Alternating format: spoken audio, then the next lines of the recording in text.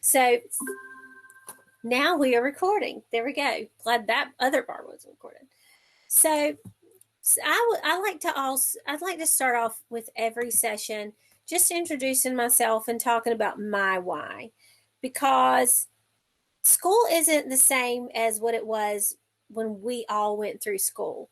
And I have these two wild boys here. They're really going to try to be quiet and not burn the house down while I'm talking with you guys today. But this is my why, because I still see educators from time to time that try to teach the way we were taught. And if we teach the way we were taught, it would be malpractice. As administrators, if you are a principal exactly the same as the principles that you came up with, again, that would be malpractice. Change is the only constant that we have that's the same here as time goes, and we have to prepare ourselves, our children, our and our teachers for the unknown future. So those two boys are my why. I loved school, loved growing up in school. I love teaching, and I want my children to have that great experience, but different from what I had when I was a student. So Twitter, some of you may shake a little bit or shiver a little bit when you hear Twitter, because it is a great tool. I used to see Twitter as the thing of, oh gosh, I'm at a conference, I need to tweet a reflection, where they'll go, tweet a reflection of something you've learned today. And then you go, oh gosh, I need to sign in. Then you're like, okay, what's my password? And you get your little book with your password. Well, Twitter is more than that. And it took me several years to really arrive at that. But Twitter is a great place for you to kind of get speed PD. It's a great place to direct your teachers when they want to know things. It's a great place to get quick information, good information about some things that need to be happening in classrooms today. And, you know, something that we always talk about in education is we don't have enough time. And what if every school or every administrator tweeted something great that happened in their school that day? You would know, let's say that all of your peers in your district did that. You would know great things that are going on in their school every day. And you would be able to do that quickly and see it quickly. Now, it can get addictive. So I warn you about that, because there's so much great information out there. But these are hashtags, and it's just a great way to organize your thinking and your thoughts. NCBOLD and NCDTL are going to be hashtags that are going to be used throughout the day. So if you want to if there's other sessions going on, you're like, oh, I didn't get to see that one, you just look up the hashtag NCBOLD, and you will see what everybody else is talking about that's happened great today. So I encourage you to use those hashtags as you reflect and share what you've learned today. Use those hashtags and tag me if it's something great. If it's not, if that presenter really stunk today, don't tag Marsha Sirkin. But if there's something you want to share that's great, tag that. All right, so let's get to you guys. On a scale from David to David, go in the chat window and type, how are you feeling today? Be honest. How are you feeling today on a scale from David to David? Go ahead and type in the chat box. A 6. Awesome.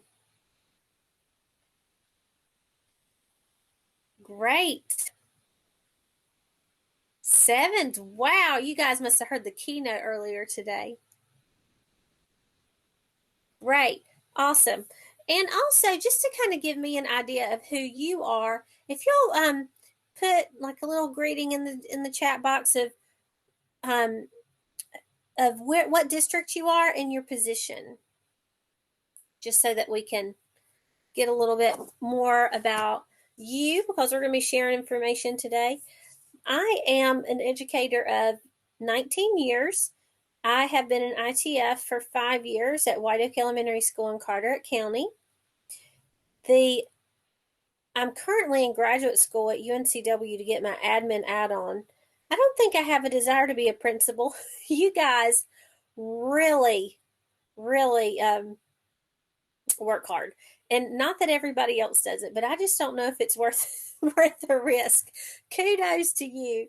I got this admin as a crazy whim to diversify my experience as I consider a doctoral program. Also, we have lots of district admin. We have EC teachers, awesome. Digital learning, assistant principal. Oh, Perquimans. I love Perquimans County. Y'all have the cutest little primary school ever. Awesome. Okay. Well, thanks for those introductions. It looks like we are on a great start with great feelings. So let's go ahead and talk about our data feelings. So this is where I know that sometimes when you do these digital conferences, you have the feeling of, I'm just going to turn my camera off and just get some work done, listen to the person. Well, this is not really that kind of session. This is more of a session where we're going to talk about some things.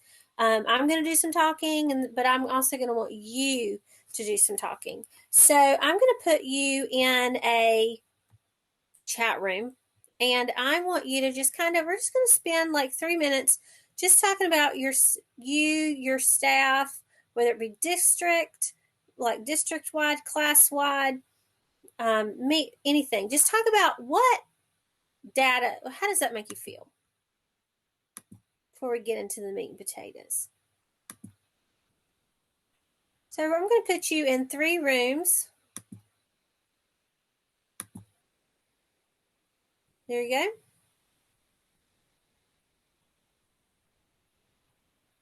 Just talk about your data. How you feel about data?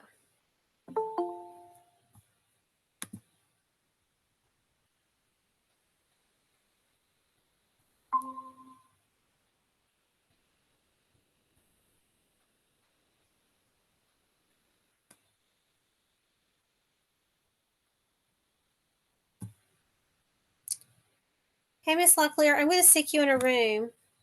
Yes, ma'am. Thank you. You're welcome. Or it may just be, it's just maybe the 2 of us for a minute, because I'm not sure how to put you in a room. Since you just got in. So we're just talking about data feelings. How do you feel about data? I really like data. I like to use it in all aspects of the building. I'm actually a building level administrator, so I use it to drive everything that I do. Mm-hmm. So I really wanted to hear what you guys how you're using it, and ways that we can improve here building wide, because most people are scared of it. Yes, it's a bad word. I know, and that it's the way it is. And I'm taking a data course with UNCW, and it really turned some stones that I hadn't really touched in a while. And I thought I want to share this. So I'm going to close this. I'm going to close the rooms and bring everybody back. Okay. Yes, ma'am.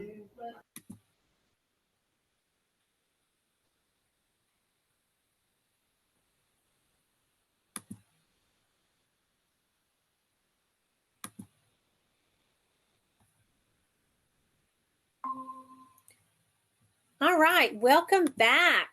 Awesome. Hope you had some good conversations. Get everybody back in here.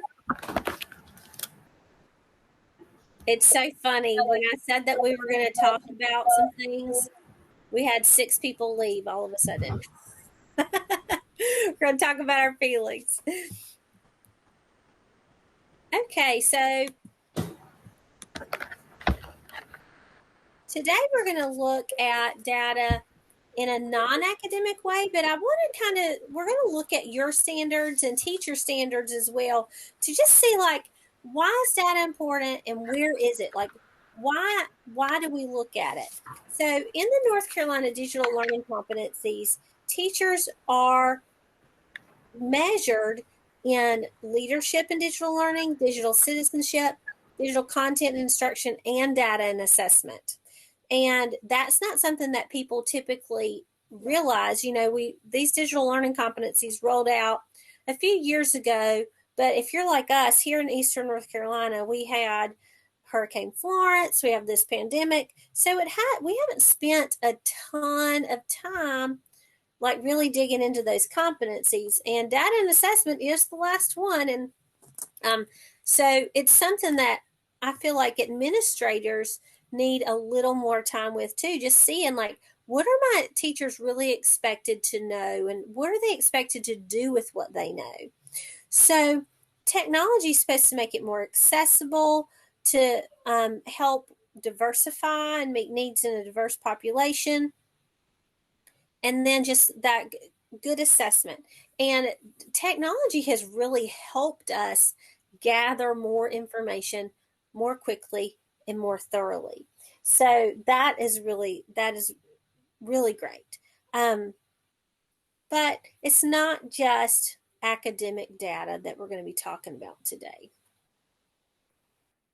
So we've looked at you guys as teachers, but in administrators, your standards, your digital learning standards, this is where data is. Establish and use systems to analyze and share data to guide whole school and classroom level continuous improvement.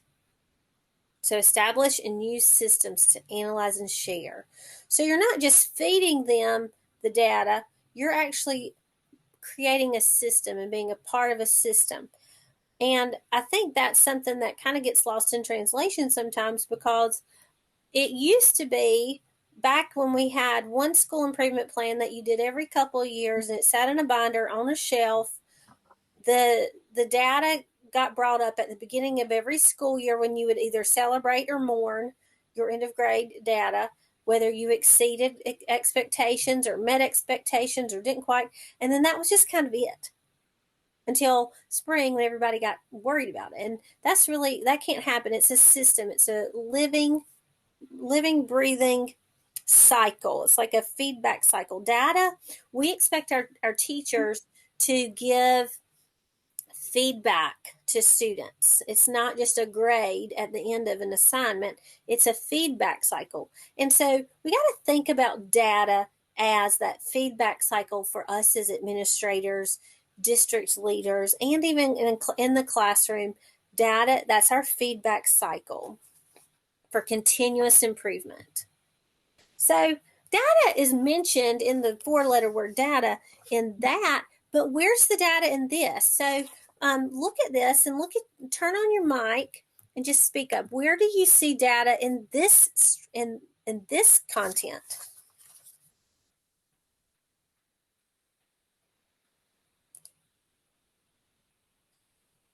Where's data helpful here?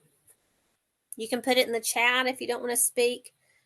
I think with the funding, because if you're looking at doing like a program evaluation or trying to use effective funding for digital learning and particularly programs and things like that, you're going to want to have some kind of data to support what you're funding, because funding brings a plan to action. So I think that's a piece where you would use data.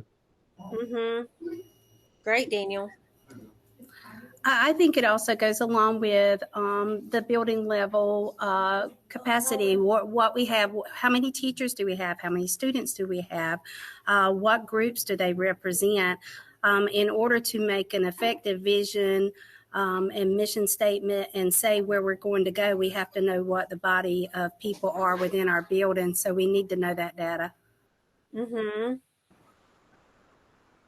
I say all of them, because you need the data to use to get these things and to make your school a better place.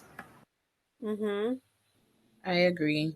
And also the last one that says facilitate a school improvement planning process that is centered around personalized learning in order for it to be personalized, then you would have to collect some data to be able to cater to each specific needs. Yes, yes. All good stuff. Daniel, you had mentioned funding for a program, but what about funding to continue something?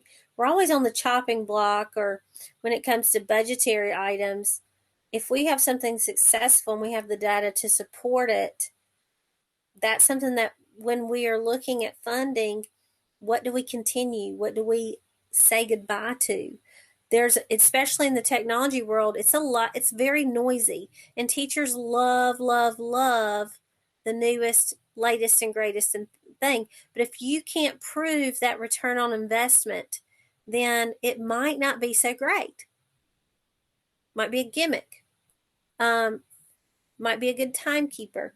But when you're really having to be cognizant of your pocketbook, that's something to think about. Okay, now we are going to look at another standard. There's so many. You guys are.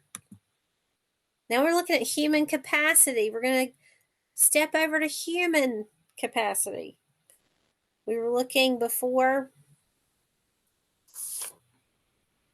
at vision and strategy, but where does data fit in human capacity, folks? Take a minute and look at that. Put your thoughts in chat. Turn your mic off. Where does data fit in here?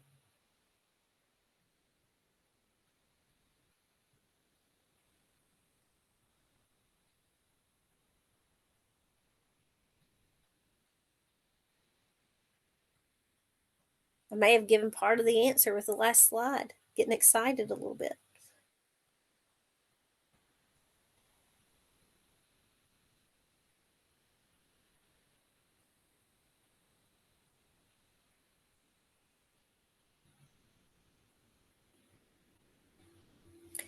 Our school uses iExcel. I am not the greatest fan of iExcel. My kids hate it. My teachers love it. My children hate it. It's expensive. And something that I noticed with them is before we fund iExcel every year, I pull up a usage report. And last year I noticed that the usage, that it wasn't as available to me anymore.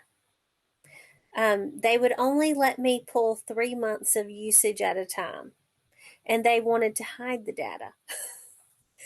And it used to be you could pull up a year a year at a time, 2 years at a time, to just really dive deep and dig. And I made the request.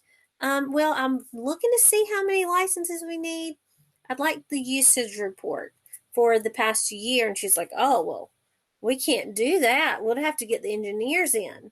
And I was like, well, get them. I'm paying for them. But if you have a program or a platform that's trying to hide data from you and making it difficult for you to access that information, I would be really worried about that. Another platform that we use a lot is Nearpod. It's so expensive, but it is backed up by the data. It's backed up by student success, our usage data, how teachers are using it regularly, what they're accessing.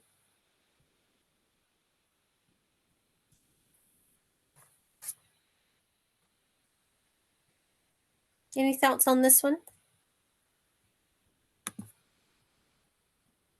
Let's look at personal growth and connectedness.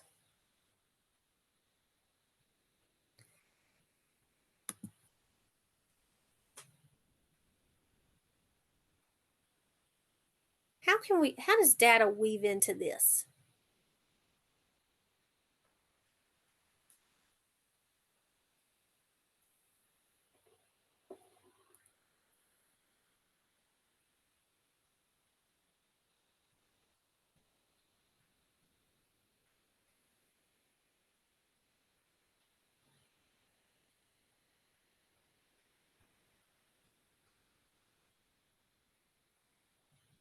Do you survey your staff?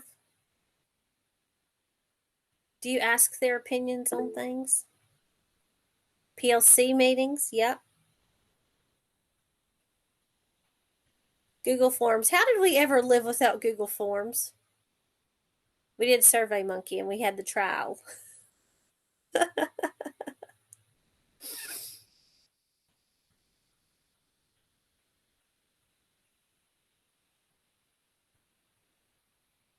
When you see the word stakeholders, who do you think? What do you think?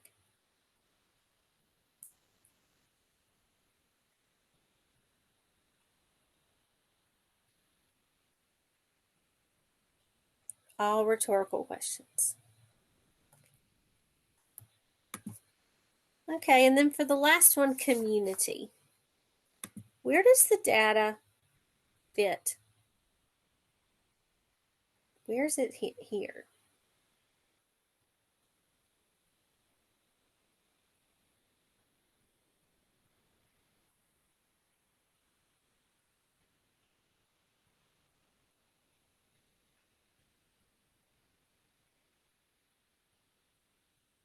Here in Carteret County, on the western end of the county, our average home has 3 children.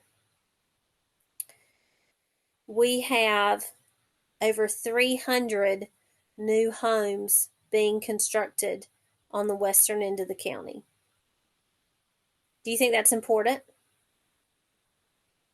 Do you think we should wait till those homes are being built to do something about it? We're busting out the seams. Everybody wants to move to the beach.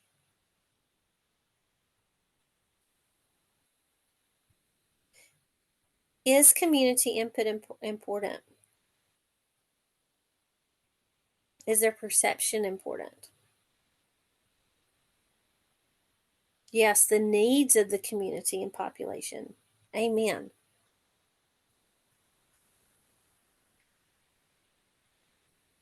Learning goals.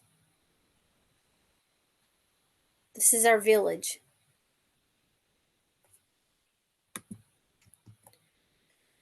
All right, so George Couros, who's also one of my friends, says to be a master educator, you must be a master learner.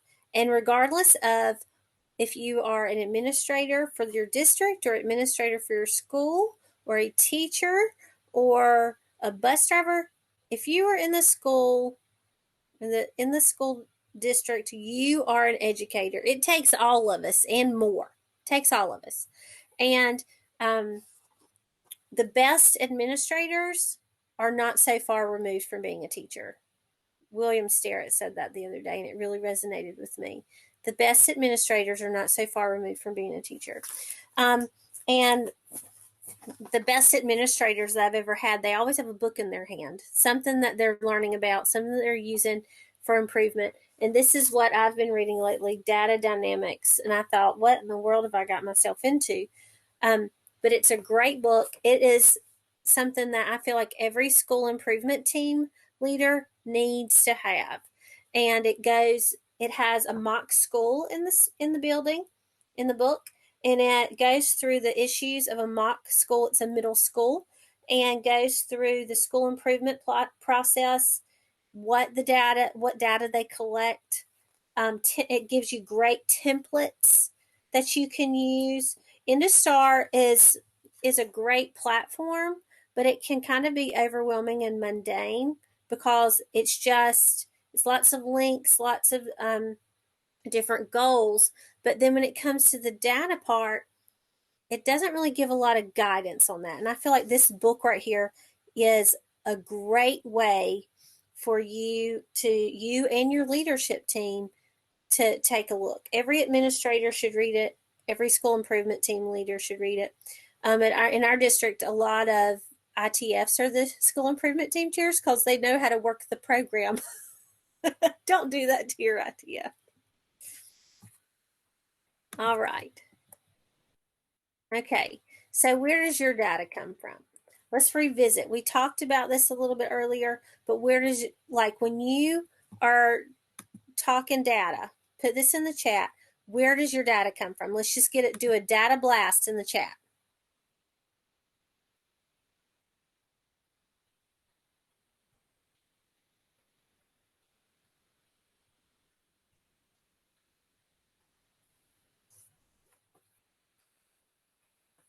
assessments.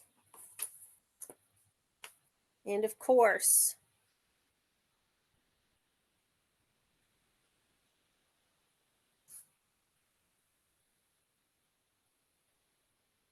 Exit tickets, walkthroughs. Walkthroughs are so good. Student shared feelings. Yes.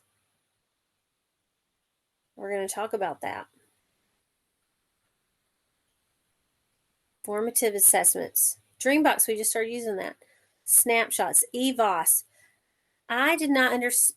EVOS was always kind of a thorn in my side because the only time that we really thought about it was at the end of the year when we were putting in our percentages for each child.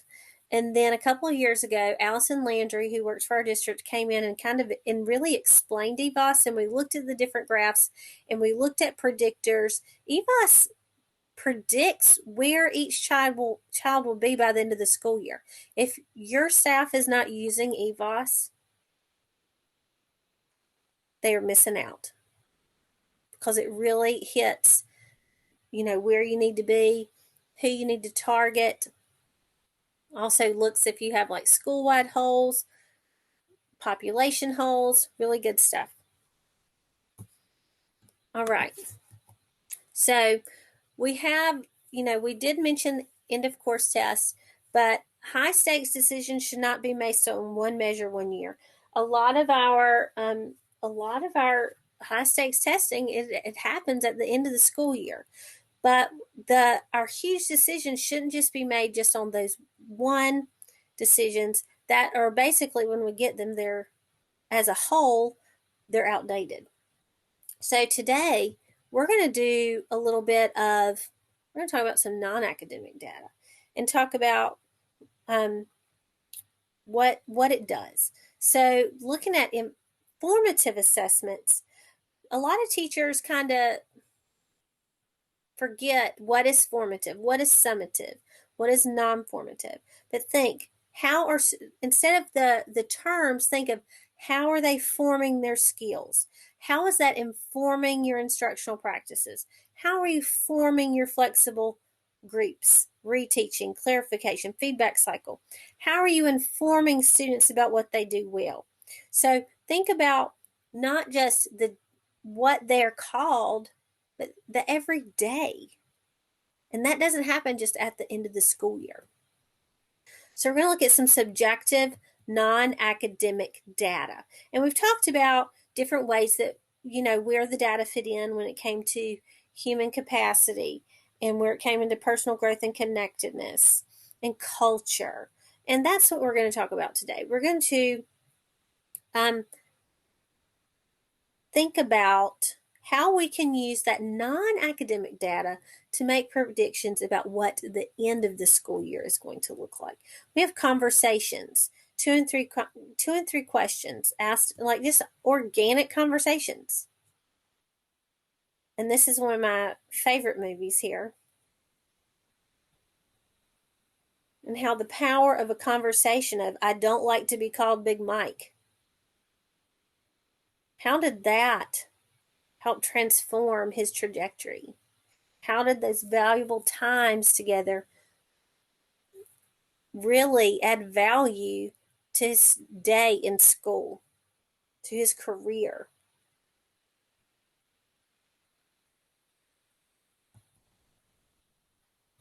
Surveys. We have our open-ended questions. So our students are some of the best. They are experts on their learning and they don't even realize it. Or maybe we don't even realize it. Okay? By the time you have a high schooler that's graduated, he has experienced more educators in those 13 years. They know what works for them. They know what doesn't work for them.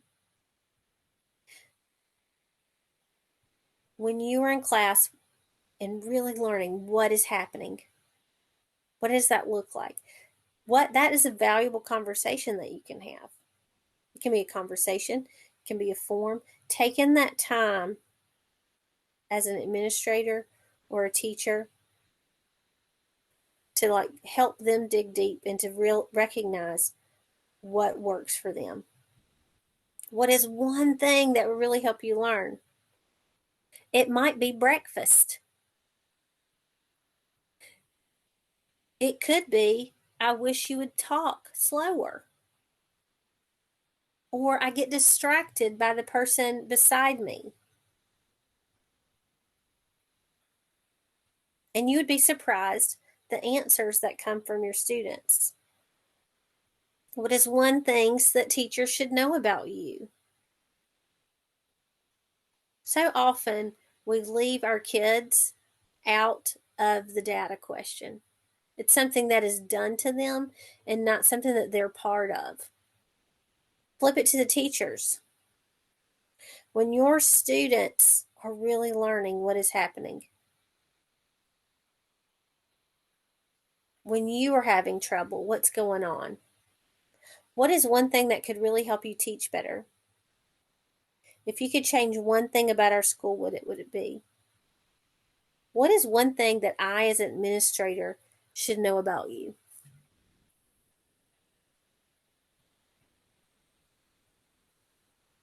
How could those valuable questions improve your relationships with your students and your staff?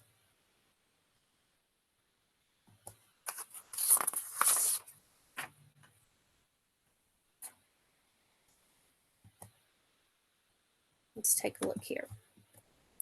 Let's look at focus groups.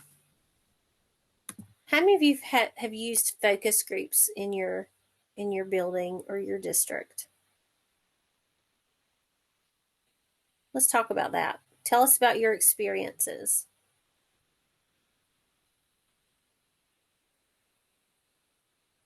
Focus groups are scary.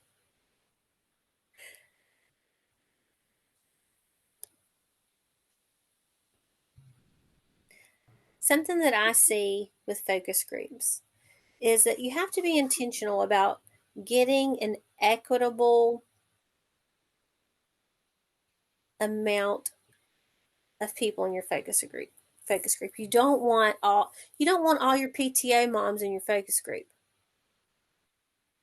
You don't want just the ones who would volunteer. You want to ask.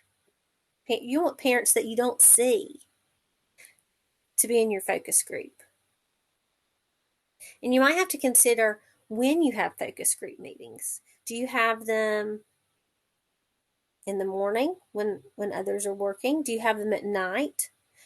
Do you make them asynchronous or synchronous? I don't know that I really considered a focus group in an asynchronous situation until this year. But is that possible? Could you do that? It needs to be a true sample of your population that you're trying to learn about. They're good about telling you blind spots too. This has been a couple years, but when I was a principal at a school improvement grant, we had multiple focus groups. We had a focus group of staff members that were on the leadership team, then the leadership team, then parents and students.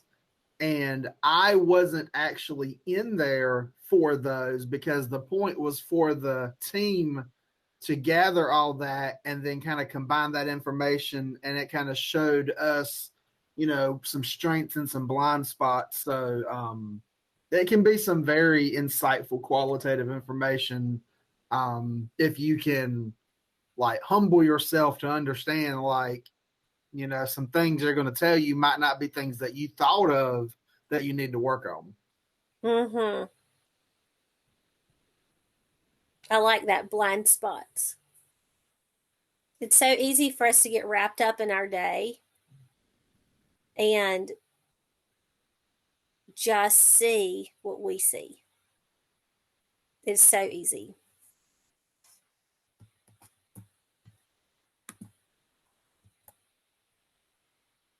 Okay, this is one of my favorites to get, and especially when it comes to administrator and student, shadowing a student, seeing what their day looks like unannounced.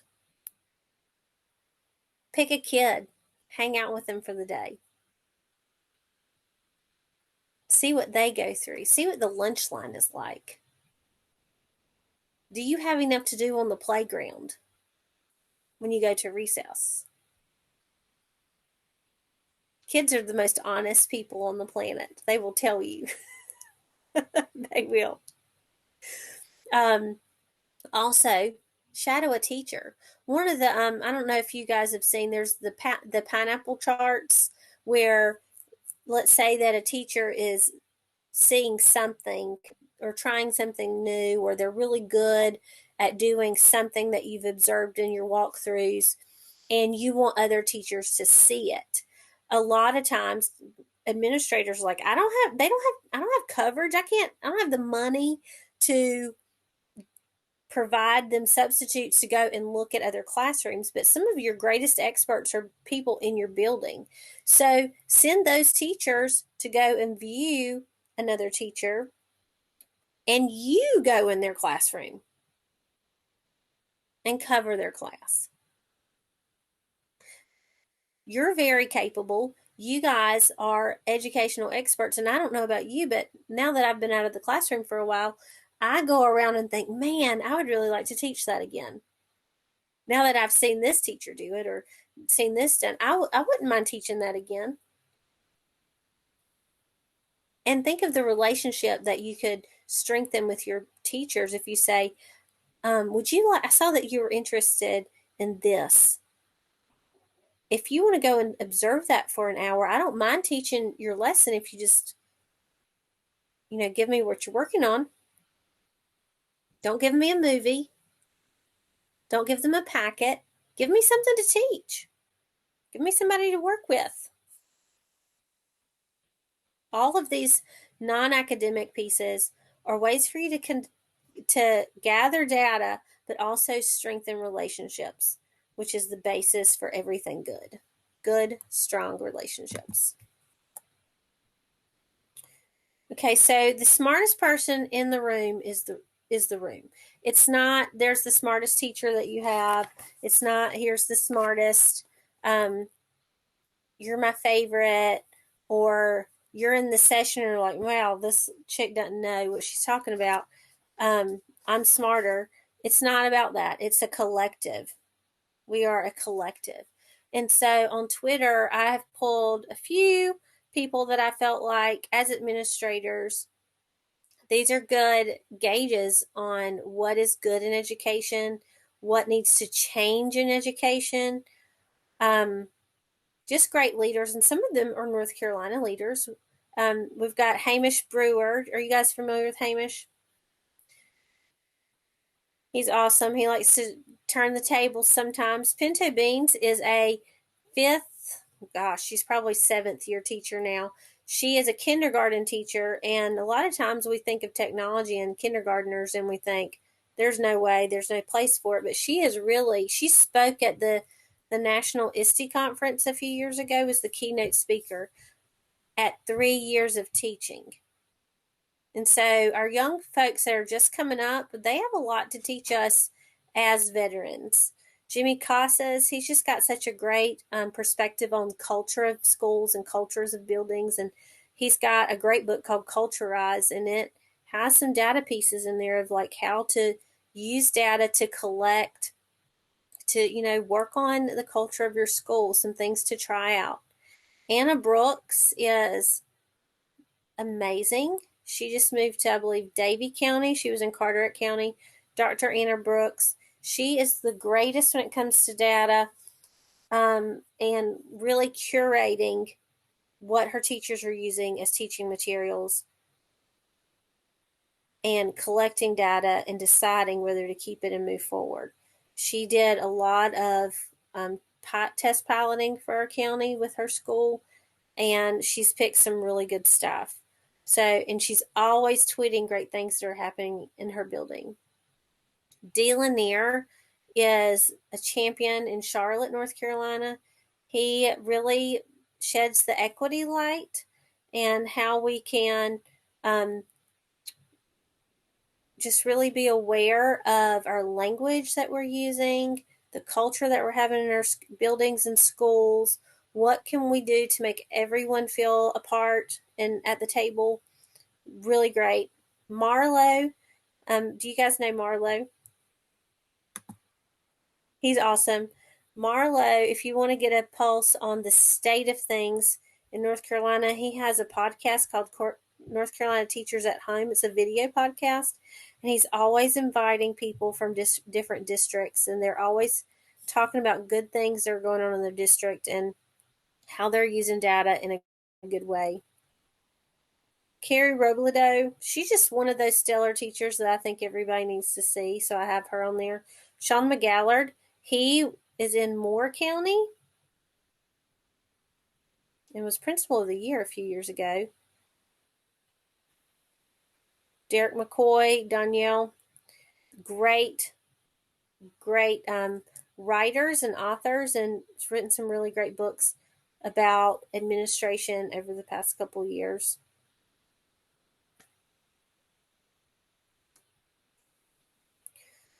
And so another thing with this is just looking, one of the things that social media helps us do when we are building relationships and collecting that non-academic data, just kind of looking at things with a different lens. When we can gather information from not just ourselves in our school and our district, but like looking outside, you don't know what you don't know. And these guys help give us another lens to see education with, and it's very valuable. Let's say that your teachers say that they need some in their surveys, that they need in conversations and PLCs, that they need some more, they want to be more connected with the curriculum. We were looking at our North Carolina Teacher Working Conditions Survey, and they were like, we really know the standard course of study, but we do not know the curriculum. I mean, we need more curriculum. And we had a real problem with our teachers. They're like, we're spending so much money on teachers pay teachers. And they moved towards,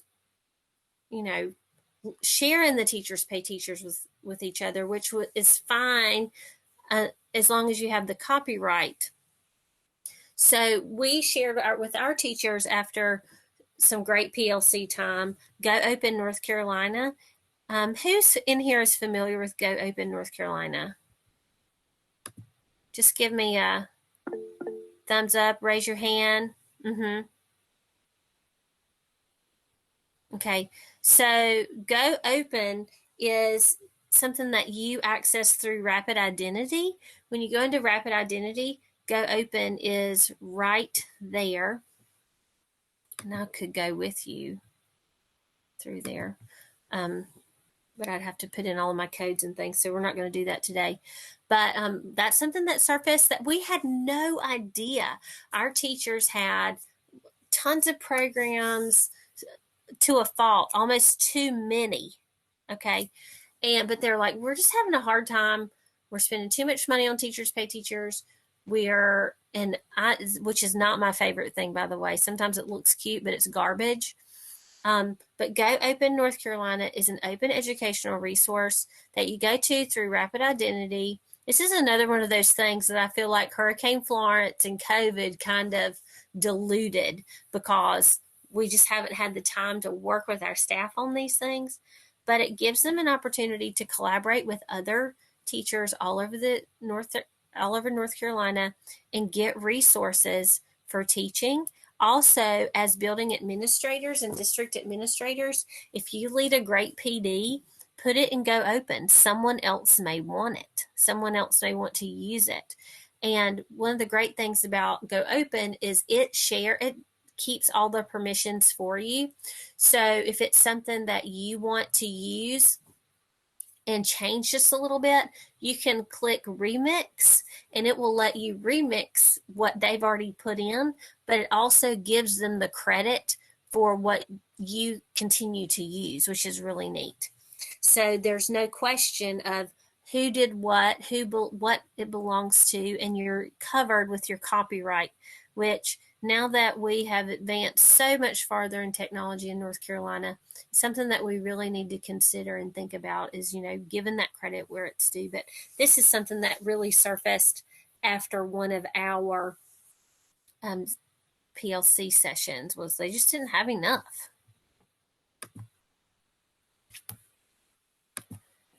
Let's see. Another thing, and we talked about, to be a master educator, you must be a master learner, and that was with George Couros. A lot of our teachers said, we have our standard course of study. We really understand it, but we need help with curriculum, and we need help moving forward. So we did a book tasting with these books and let the teachers, peruse through them and get an idea of what they liked, and then form their own book study groups. I have conducted school-wide book studies, and it did not work.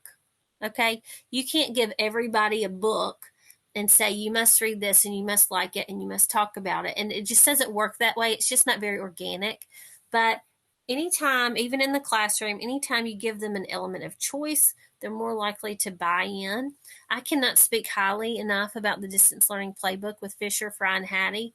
So they wrote this right in the middle of the pandemic, and just acknowledge the fact that we cannot go back to teaching the way we did before the pandemic. We have to, we're going to come out stronger and better. So that right there, it really resonated with a lot of our teachers who wanted to hone in on their virtual teaching, but also acknowledge that it was going to make them better regular classroom teachers. But these books right here, we did a book tasting. They picked out the book that they liked and then formed their own groups based on who picked those books. So this really came out of some great non-academic data that we had no idea. And it wasn't a situation where we're like, okay, guys, we need to do a book study. Come here and look at these books. They asked for it. They wanted it. But they didn't want us to just choose for them. They wanted some choice. Has anyone else had any experience with these that they'd like to talk about?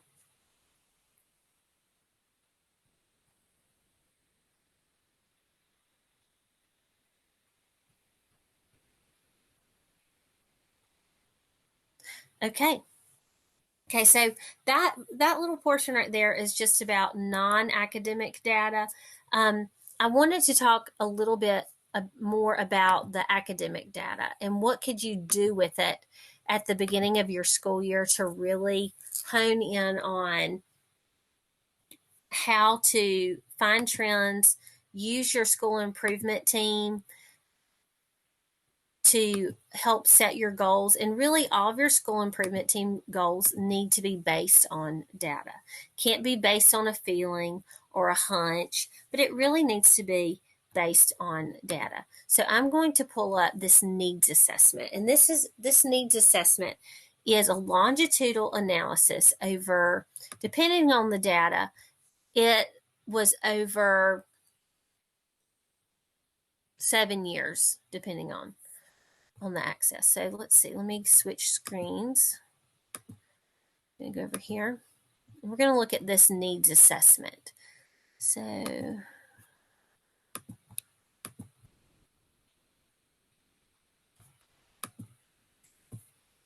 this is a document that you can just kind of keep on and change with every year as you talk about the needs of your school. And once it's a mammoth to build to begin with, but once you do that, you just have to fine tune things. So I like to start our needs assessment with, when we meet with our school improvement team, we always have our vision and our mission. And I have stuff about our district just to help with reporting outside of school, because sometimes we do things with grants and we have to add pieces pieces of information with grants. Like, for example, this was for the Purple Star Award. They wanted to know a little bit about our community and where we were. So one of our goals in the next 3 years is to increase our national board certified teachers. But just giving your teachers that access and your staff that access to say, okay, how many of each of these do we have? And I use these graphics from Slides Mania. So I was able to just adjust the graphics for my percentages. We took our student growth over just a few years. It looked for trends and said, okay, what's happening in this box here where we're exceeding and meet? What happened? Hurricane Florence. But providing your staff and having it ready for, let's say you need to meet with your focus group and share with them information about your school, or your parent advisory board. This is just good to have and tweak and fine tune over time. This cohort data is really helpful when you are working on your proficiency for EOG scores. Just looking at the population of the students and not just that year in isolation, because if you were to just look at this 1 year in isolation, you can't see much. But if you look at this purple group, these are the same kids that we're looking at every year. And holy cow, look at these guys. What happened in 16-17? That just blew them out of the water.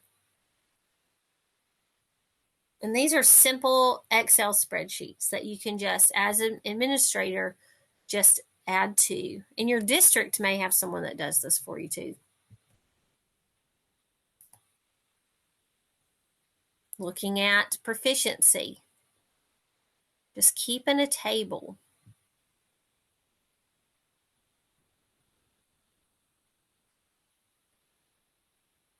We've got some declining. This is one of the most important pieces that we're going to focus on for next year, and that's our SABRS data with the state mandates for mental health and studying ways to help children strengthen their social and emotional needs. We looked at SABRS data and how with every grade but kindergarten, the risk factors went up with every cohort. So this year we're saying we might not have seen that before if we just looked at each grade level in isolation. We might like, oh, well, we need to look at second grade needs to look at this, or third grade needs to look at this, but we see it's kind of a school problem other than in kindergarten. So what can we do as a school to help boost those needs and lower those risks? Suspension rates. And then taking that teacher working condition survey is so mundane, and it's got so many things. And in one aspect, I really feel like the teacher working condition survey is kind of null and void because it was right before COVID. But we can also use it as a cautionary tale of what we don't want to do again. So when we look at that teacher's working condition survey, we can go, oh, wow, 39% feels that efforts are made to minimize routine paperwork. How can we work on that as a school? We don't want to return to that. 32% non-instructional time for teachers provided is sufficient. How can we work on that? Wow, everyone feels supported by the community, and it's a good place to work. What is that other 9%?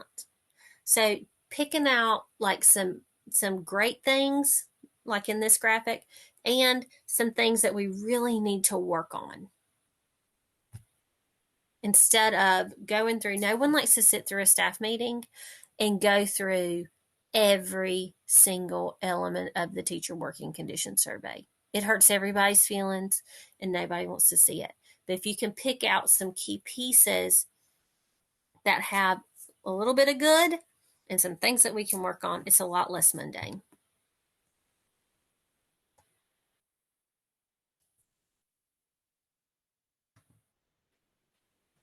Now we're going to just take a minute and share. I don't like that one. Let's just take a minute and share, what do you guys do?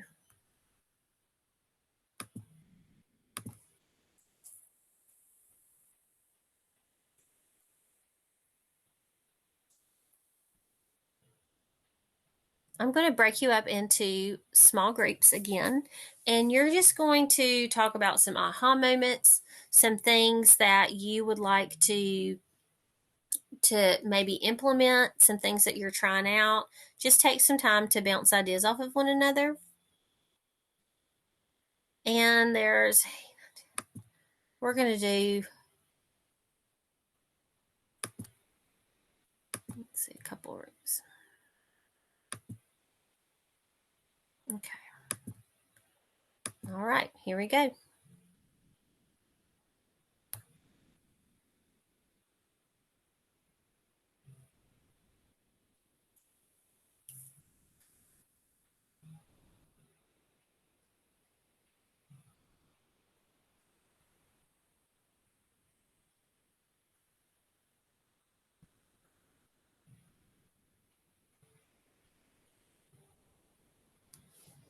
Christina, it's just me and you.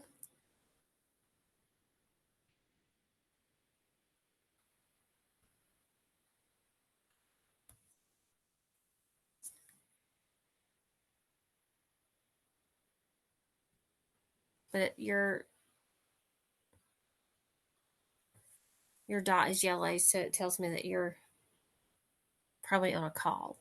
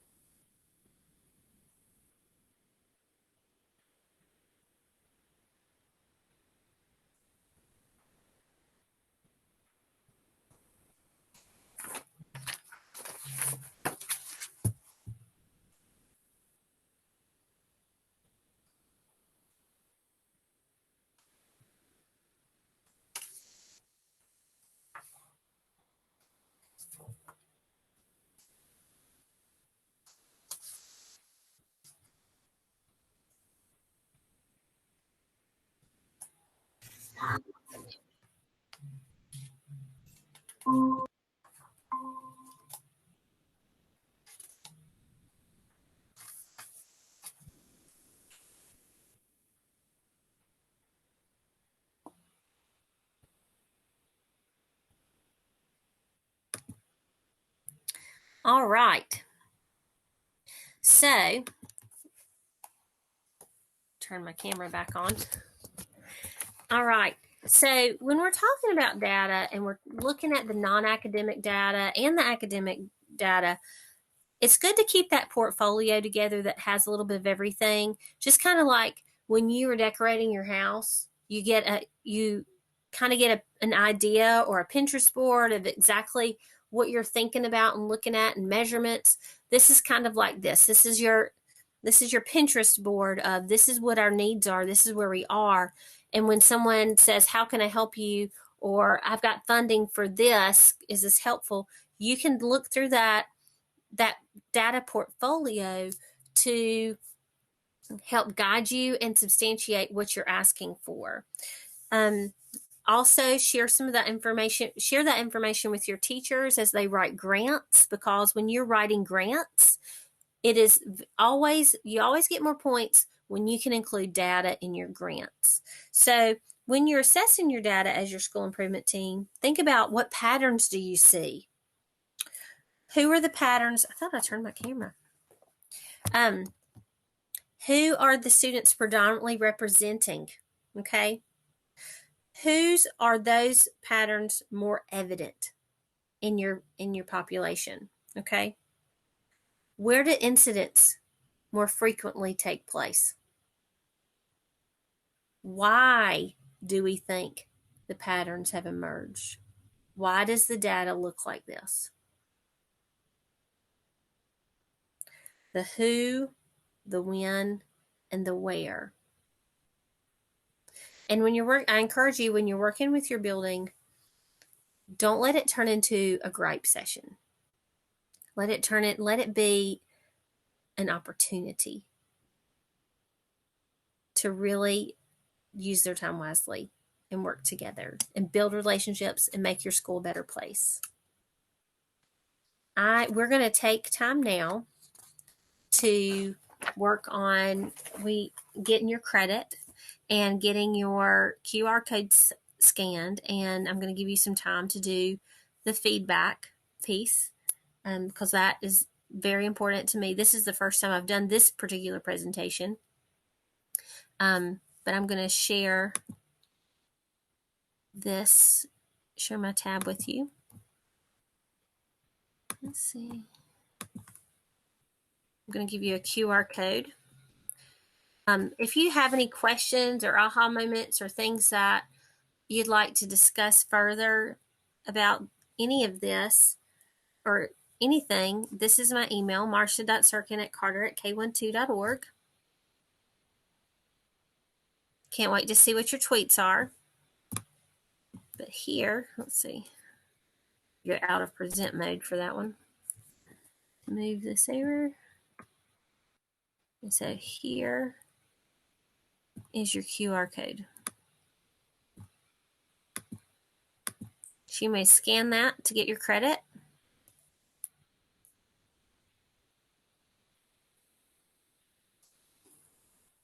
And it looks like we finished up. Once you're done with that, we're good. I'll stay on here to answer any questions or just to chat.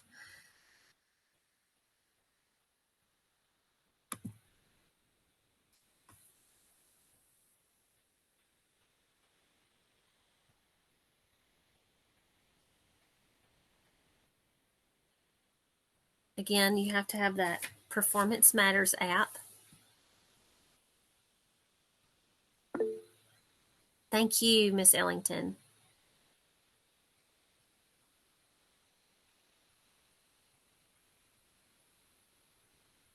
Thank y'all for your time.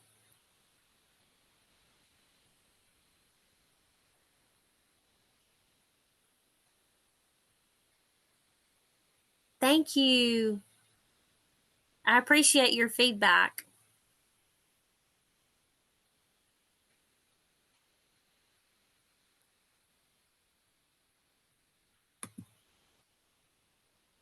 These slides are going to be shared in NISAs, so you'll be able to access these slides in NISAs.